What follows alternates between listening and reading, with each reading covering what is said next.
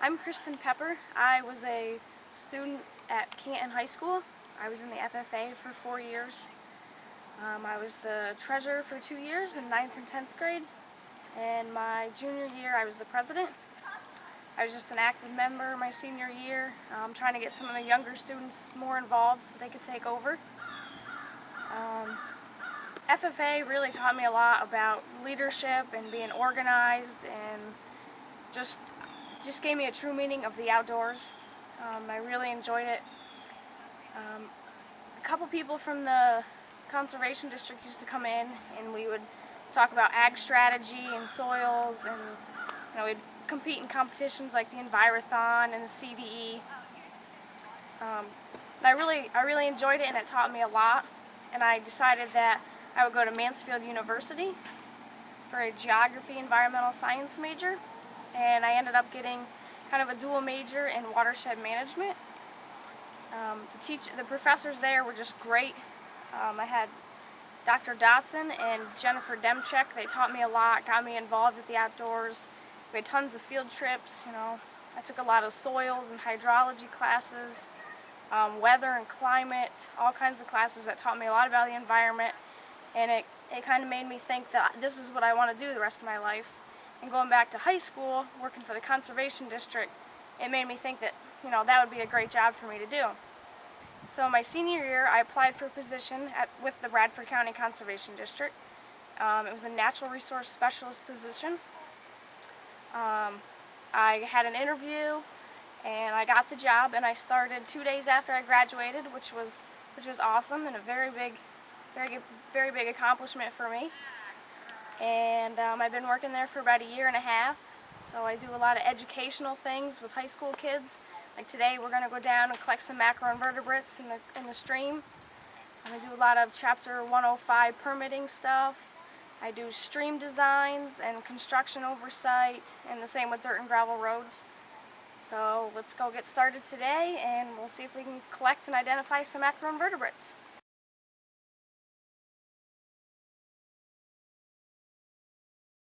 Hi everyone, I'm Whitney Baxter, a local FFA member, and I'm here with Tony Ligori. He's going to tell me a little bit about himself today. Yes, thanks for having me. I work for the Bradford County Conservation District. I'm an agricultural team leader there, so I get involved with all aspects of agricultural support and development, and glad to be here. Could you tell me a little bit about Kristen Pepper and how FFA kind of helped her to get through the conservation district? Yes, I met Kristen when she was a freshman back in 2003, and that was enabled by a relationship between the conservation district and the school and her teacher, Mr. Hojanowski. And we were coming into the schools and developing, interjecting curriculum opportunities with the classrooms, and particularly with relationship to nutrient management, streams work, stream studies, macroinvertebrates, trying to get some real-life hands experience in the classroom. Kristen was obviously a participant there, and an enthusiastic participant.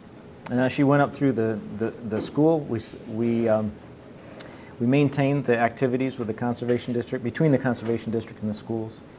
And she continued to grow there into more of a leadership role, and we saw her gain this knowledge and knowledge base and skills that obviously we deal in and we like to work with. She graduated, went off to college, kind of lost touch there for a while. We had an opening at the conservation district, and saw her name and resume came in. So we had exposure to her at that time. We had an idea of what she was capable of, and fit the skills base that we were looking for. So Tony, I've also heard that we have a partnership with the Conservation District and the FFA. Could you tell me a little bit about that? Yeah, fortunately we do, and it's taken a special group of people, I guess, to make that happen from all sides. And in highlighting Kristen's success, I think it's important to bring the rungs that need to be in place in order to allow persons like her, individuals like her, to reach their full potential. One, I think, starts at the administrative level. In era where budgets are tight,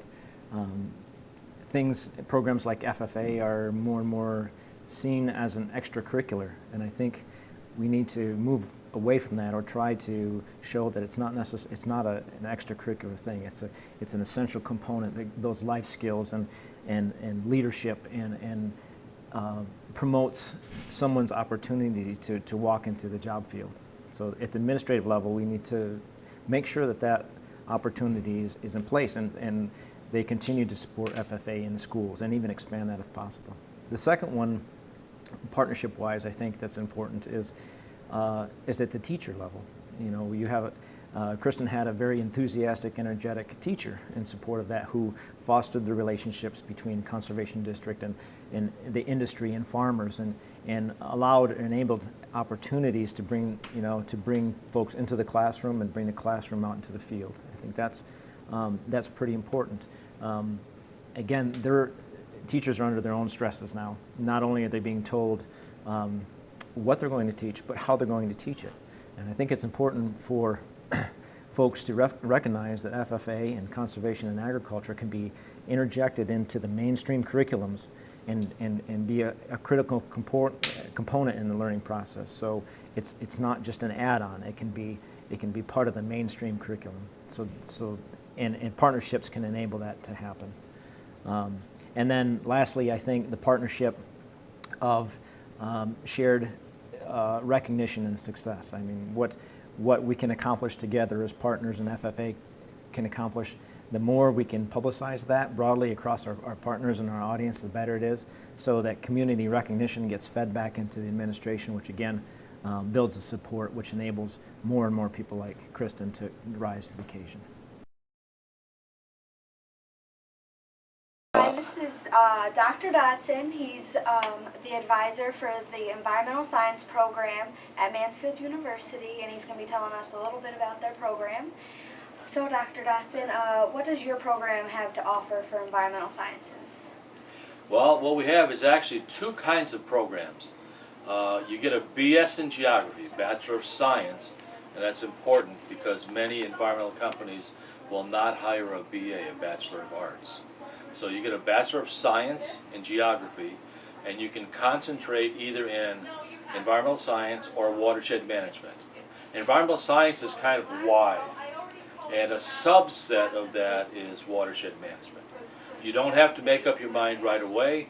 Typically students take a number of classes before they decide what they want, and then they can change too, because there's a common core for each of the two programs. Kinds of jobs that they get in environmental science, they go from all over the place. Some go into water quality. A lot of them now are working in different aspects of the natural gas industry. Not necessarily the drilling, but the environmental part of it, of assessing after the drilling or assessing well pad sites before they get put in. Some of them go into things like hazardous waste, environmental consulting firms, working for state and local agencies overseeing and regulating the gas industry. All kinds of different things. It's really a very wide program. So Kristen, tell me, what were the activities you endured during FFA? I was involved with the Envirothon and CD events at Mount Pisgah, which were a series of competitions. We competed in soils and forestry, aquatics, wildlife, and I think it's really neat that I'm still involved with this Envirothon and CD events, because now I'm actually creating the tests and getting to be there during the event, so which is really neat. I also really enjoyed stocking trout with the Fish and Boat Commission and doing macroinvertebrate collection with Conservation District. Rich Julius and Tony Ligori used to come in a lot for macros, and also for ag strategy competitions we used to do. We have a scenario in a barnyard, and we have to come up with different ways to make this farm better, and we kind of competed in it, and that was always a lot of fun, coming up with different BMPs that we could do. I also was part of the farm show presentation and displays. That was a lot of fun.